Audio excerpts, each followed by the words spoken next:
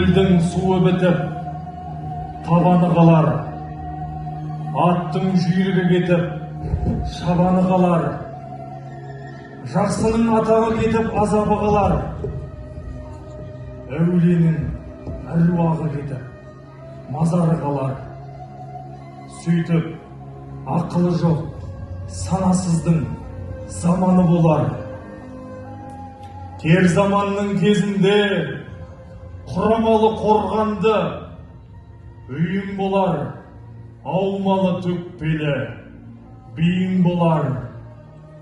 Ішінде шынтағы айналмайтын ежірей деген ұлың болар. Ақыл айтсаң ауырып қалатын бедрей деген қызың болар.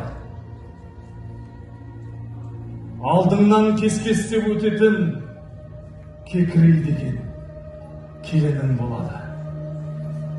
Табалдырықтан биік тау болмас. Кер заманның кезінде ертеңіне сенбейтін күнің болады. Бетіңнен алатын інің болады. Ала шұбар тілің болады.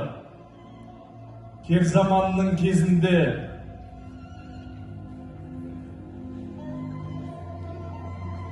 бар шаруасы түп-түгел.